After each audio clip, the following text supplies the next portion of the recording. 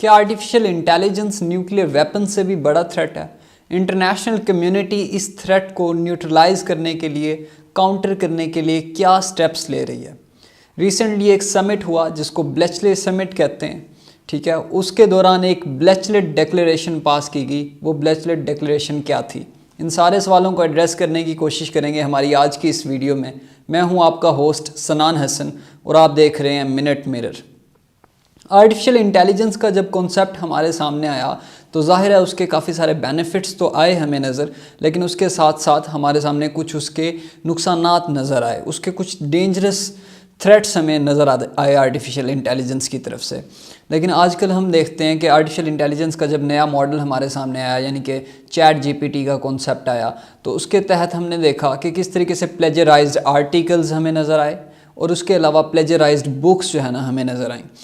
इन सारी चीज़ों को काउंटर करने के लिए जो काफ़ी सारे जो इंटरनेशनल स्कॉलर्स हैं उन्होंने इस चीज़ के ऊपर लिखना स्टार्ट कर दिया कि जो आर्टिफिशियल इंटेलिजेंस है शायद ये ह्यूमंस को रिप्लेस कर दे, और कुछ ने इस हद तक लिखा कि शायद ये ह्यूमैनिटेरियन क्राइसिस क्रिएट करे, शायद ये एक एग्जिस्टेंशियल थ्रेट बन जाए ह्यूमैनिटेरियन सिविलाइजेशन के लिए। रिसेंटली युवाल नोआ हरारी जो कि एक इजरायली राइटर हैं, सैपियंस जो एक फेमस किताब है वो भी उन्होंने लिखी है, उस राइटर ने गार्डियन के साथ जो है ना एक इंटरव्यू किया और उसमें उन्होंने बताया कि ये ह्यूमैनिटेरियन सिविलाइजेशन के लिए सबसे बड़ा थ्रेट है। उन्होंने जिस थ्रेट का जिक्र किया वो जो है ना फाइनेंशियल थ्रेट का जिक्र किया। उन्होंने कहा कि जो आर्टिफिशियल इंटेलिजेंस है कुछ ऐसी जो है ना इकोनॉमिक डिवाइसेस का कॉन्सेप्ट हमारे सामने ले आएगी, ठीक है, कुछ ऐसी फाइनेंशियल पॉलिसीज़ हमारे सामने ले आएगी जिसके तहत हमें जो है ना इस दुनिया में मज़ीद एक फाइनेंशियल क्राइसिस देखना पड़ सकता है। उन्होंने उसकी एग्जांपल दी 2007-2008 के फाइनेंशियल क्राइसिस के साथ।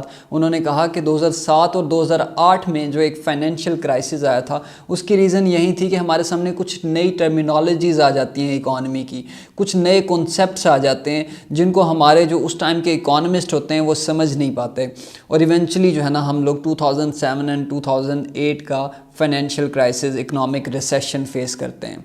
सो उन्होंने जो थ्रेट बताया वो तो इस हवाले से बताया इकोनॉमिक क्राइसिस के हवाले से कि आर्टिफिशियल इंटेलिजेंस किस तरीके से इकोनॉमिक क्राइसिस जो है ना ट्रिगर कर सकता है, लेकिन उसके अलावा भी हमें इसके बड़े थ्रेट्स नज़र आते हैं। रिसेंटली दो और ऑथर्स हैं बड़े ही फेमस, ग्राहम एलिसन और उसके साथ जो है ना मीर शाइमर ने एक आर्टिकल लिखा है जो कि फॉरेन अफेयर्स में पब्लिश हुआ है।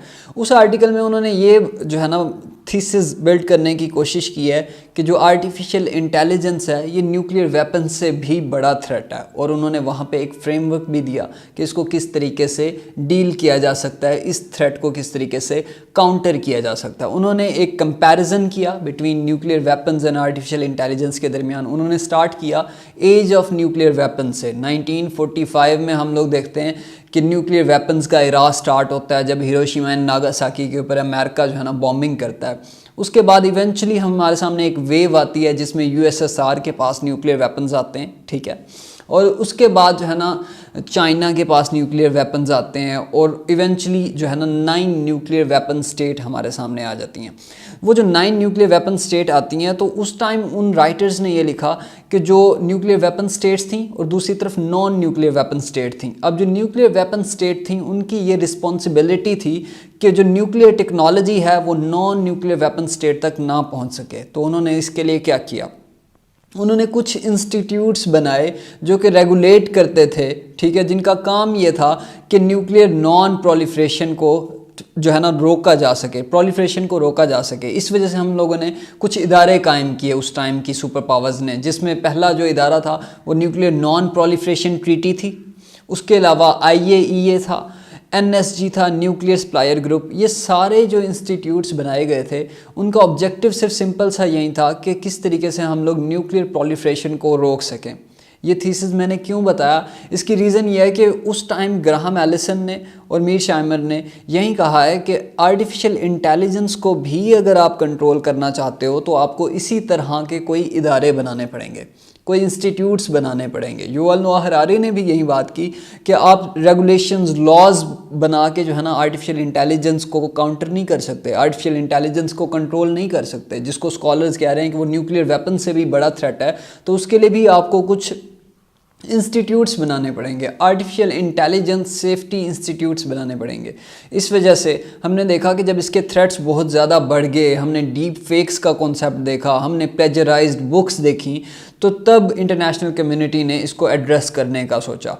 और रिसेंटली नवंबर में, यानी कि 2 या 3 नवंबर को जो है ना, एक ब्लेचले समिट होता है, और वो समिट यूके में होता है, जिसको ऋषि सुनक ने जो है ना हेल्ड कराया।